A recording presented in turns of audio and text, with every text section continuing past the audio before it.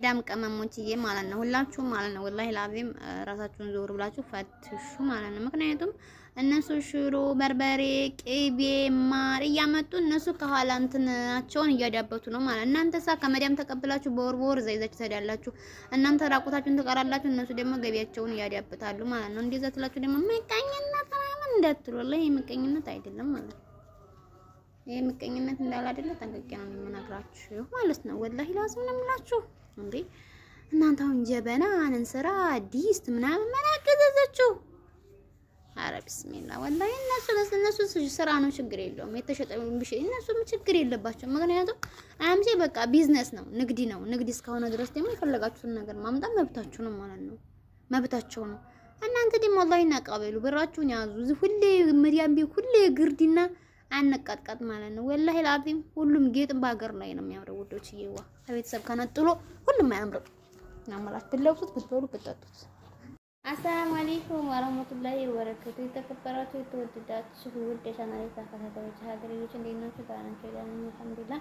እንደው ክርስቲያን ወገኖቼ ሰላም ብያለሁ። ውዶቼ እንዴት ናችሁ? ዳናችሁ ዳን አልሐምዱሊላህ። ለቻናሌ አዲስ ከሆናችሁ ላይክ ሰብስክራይብ በማድረግ ቤተሰብ አድርጉኝ። እኔም ደግሞ እንዳደረጋችሁ መስሎ ኮሜንት ላይ አስቀምጡልኝ ኢንሻአላህ መልስላችኋለሁ ማለት ነው። አብረን ተያይዘን እንደግ፣ አብረን ተያይዘን እንቀየር። አረቱ ወካችሁ ማለት ነው። እና ወዶችዬ ማለት እኔ ግርም ምን ነጋዴዎች ማለት ነው ለራሳቸው የራሳቸውን ቢዝነስ እያስፋፉ ማለት ነው። ቅቤውን፣ ማሩን፣ በርበሬውን እያመጡ እኮ ማለት ነው የመዳምን ቅመም ቦርሳ ባዶውን አስቀሩት ማለት ነው። የመዳም ቅመም ደሞዟ ሲመጣላት ምስኪን አንጥታ ቀውት አደረጋለች። ከዛ ደግሞ መልሳ ደግሞ እኔ የምላችሁ ማለት ነው ውዶችዬ ማለት ነው ሁሉ እርግጥ ከራስ በላይ ንፋስ የለም። ያኔ ያማራችሁ እየገዛችሁ ብሉ። ላኪን ግን ላብ እንደዛ አይነት ልክ በጣም ከባድ ነው እንዴ። ሁሉም ከኋላ ቢዝነሱን እያስፋፋ ነው ማለት ማር፣ ቅቤ አንቺ እዚህ ቦርሳሽን ባዶ ታደርጊያለሽ፣ እዛ ቢዝነሱን እየሰራ ነው ማለት ንግድ እስከሆነ ድረስ ግዴታ ነው ማለት ነው። ለምሳሌ ሳሪ ፓርትና የሆነች እንስራ አንጥታ ነበርና እንዴት ደግሞ እንስራ ታመጫለች፣ እንዴት ደግሞ ኩበት ታመጫለች ምናምን ግን ብዙዎች እንጨጭባታል ማለት ነው። ያጀማ እነሱ ከተሸጠላቸው ምን ቸገራቸው? እንኳን ኩበት ለምን እበቱን ትኩሱን አንጥታ አይሸጥም ማለት ነው።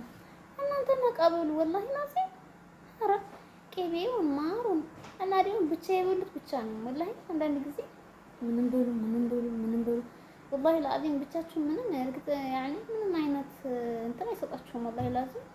ምግብ እንዲሆን ምንም ቢሆን ከቤተሰብ ጋር ሳሰብ ብላችሁ ስገቡ የሆነ ደስታ ነገር የሆነ ኮምፎርት ነገር የሚሰማችሁ ማለት ነው።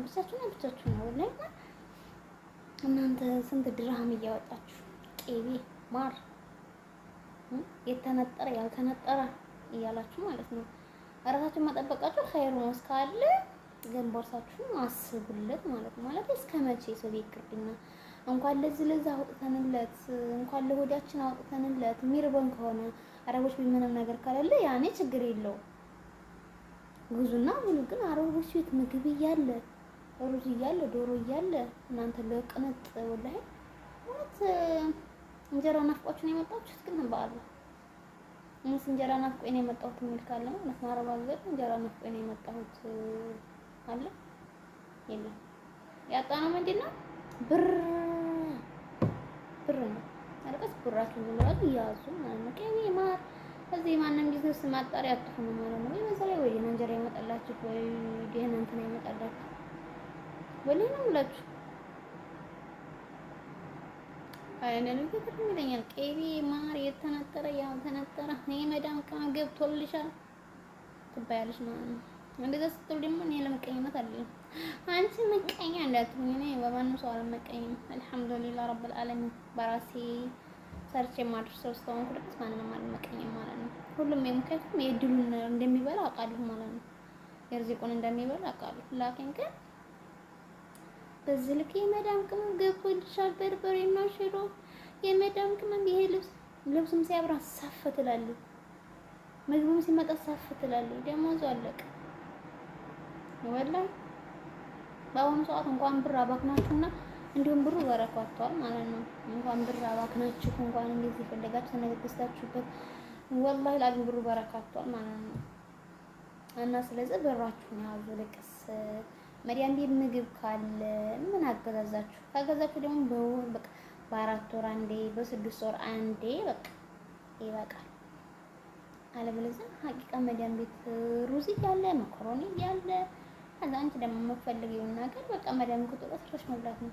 መሰለን ቂጣ እኔ አንድ ጊዜ ቂጣ ተልባ አሁን ተልባ አረቤት አይጠፋም እንጂ ተልባ ሞቷል። አንደኛይቱ ተልባ እንደውም ኮሜንት ላይ ምን ብላለች መሰለኝ ተልባ አንጡልኝ የተወቀጠ ተልባ አቤቴ ከብጋር አንጥተሽ እኮ ወላሂ የሆነ እንትን ሄዳችሁ ማን አጣር ቦታ ሄዳችሁ እኮ ተልባውን ገዝታችሁ ለራሳችሁ ቆልታችሁ ከዛ የመዳም ዱቄት አለ ከመዳም ዱቄት ጋግራችሁ ፈይታችሁ መብላት ትችላላችሁ። ሀቂቃ ማለት ነው። ሁሌ ነው የምላችሁ። ለምንድን ነው በቃ ሁሌ የአረብ አገር ሴት የነዝናት የምንባለው?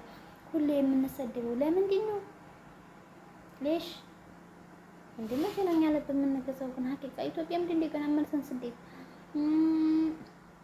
አሁን ለምሳሌ አንዴ አሁን ከኢትዮጵያ አንዴ መጣሁ ስደት አይደለም ኢትዮጵያ ነው ሁሉም ነገር ስላየሁት ወላሂ ያን ያክል እንደዚህ ላይ አሁን ላይ ወላሂ ብር ማጥፋት ራሱ እንዴት እንዳቆምኩ እንዴት እንደተስተካከልኩ ማለት ነው።